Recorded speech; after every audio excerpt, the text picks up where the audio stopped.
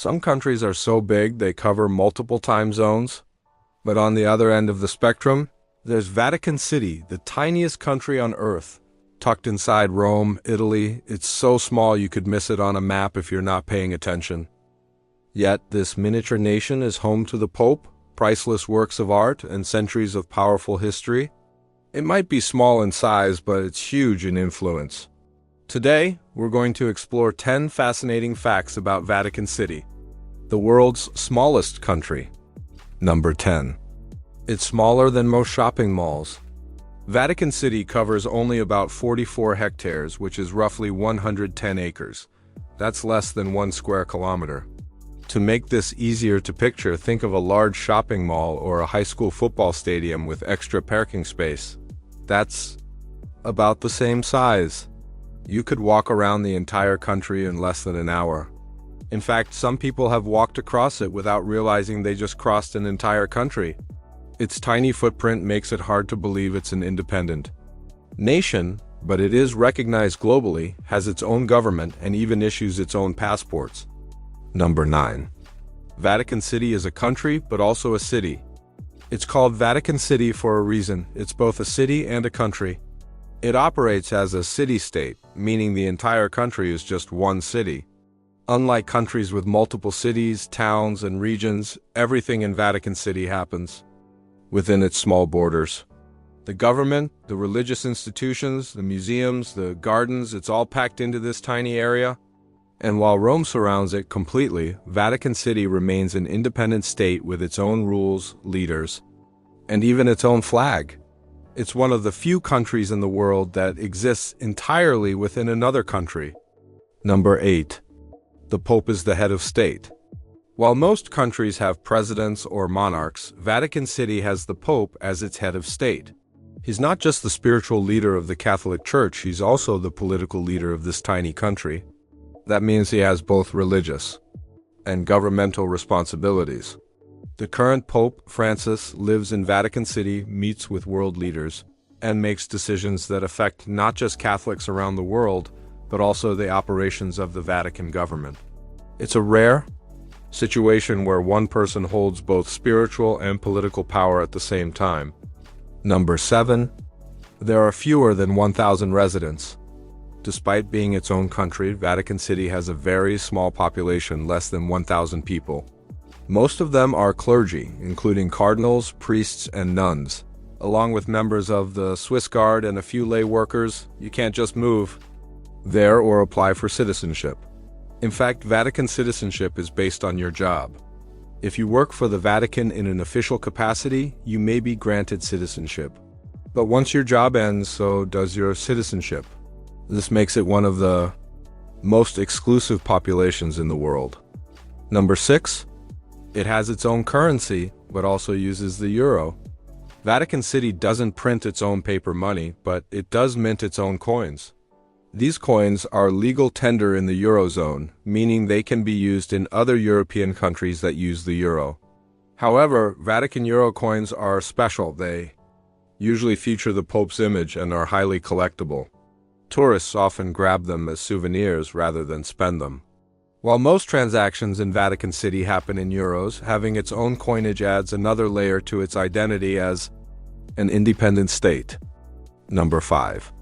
It runs its own postal system. Despite being surrounded by Italy, Vatican City has its own postal system. And it's actually known for being more efficient than the Italian one. Many people, including some Romans, prefer to send letters from Vatican City because they trust it more. Vatican stamps are also unique and highly valued among collectors. The post office is one of the busiest places inside the Vatican, with long lines of tourists waiting to mail postcards that are stamped with the Vatican insignia. It's a small but proud symbol of its independence. Number 4. It has a powerful media presence. You might not expect the smallest country in the world to have a media empire, but Vatican City does. It runs its own newspaper called L'Osservatore Romano, publishes documents and religious texts, and even has its own radio and television services. Vatican Radio broadcasts in multiple languages around the world. The Vatican also manages its website and social media accounts to reach followers globally. For a country of less than 1,000 people, its digital footprint is surprisingly large, especially when you consider the global reach of the Catholic Church. Number 3. The Swiss Guard protects the Pope. Vatican City has no army, but it does have the Swiss Guard. These colorfully dressed soldiers are responsible for protecting the Pope and Vatican City. Despite their Renaissance-style uniforms, they are well-trained in modern security and defense techniques. To join the Swiss Guard, you must be a Catholic, unmarried, male Swiss citizen between 19 and 30 years old, and have completed basic training in the Swiss military.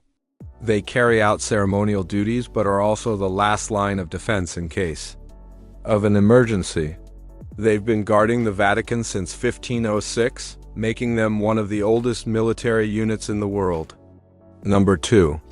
It holds priceless art and architecture. Even though it's tiny, Vatican City holds some of the most valuable and breathtaking art in human history. St. Peter's Basilica is one of the largest churches in the world, and home to Michelangelo's famous Pieta. The Sistine Chapel, with its ceiling painted by Michelangelo, draws millions of visitors every year. The Vatican Museum's house endless corridors of sculptures, paintings, tapestries, and ancient artifacts. Some of the world's most iconic masterpieces are stored in buildings that are all just steps away from one another. Walking through the Vatican museums is like stepping into a live history lesson where every wall and ceiling tells a story. Number 1. It's the spiritual center for over 1 billion people. And finally, the most fascinating thing about Vatican City isn't its size, it's its influence. This tiny country serves as the headquarters for the Roman Catholic Church, which has over 1.3 billion followers worldwide.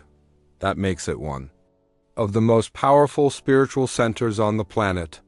People from every corner of the world travel here to attend Mass, see the Pope, or just experience the heart of their faith. Decisions made within these walls have global consequences. Whether it's a papal speech or a religious declaration, the world watches closely. Even those who aren't religious often feel the weight of history and meaning when visiting Vatican City. It's a place that blends the spiritual with the political, the ancient with the modern, and the personal with the global. No other place on earth carries so much symbolic power in such a small space. Vatican City may be the smallest country in the world, but it holds more meaning than many places 100 times its size.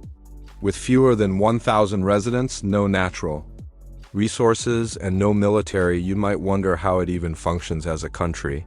Yet, it's not just functioning, it's thriving. It has its own rules, its own leaders, and a role in international politics. Its religious importance makes it one of the most visited places in the world, and its art and culture continue to inspire millions. If you've never thought about visiting, maybe now you're curious. Whether you go for the history, the architecture, or the spiritual connection, Vatican City promises an unforgettable experience. It's proof that you don't need a large landmass to leave a large mark on the world. If you enjoyed learning about the smallest country in the world and the many surprising things that make it so unique, don't forget to hit that like button, share this video with your friends, and subscribe for more amazing facts about our world. There's so much more to explore, and we'd love to have you along for the ride. See you in the next video.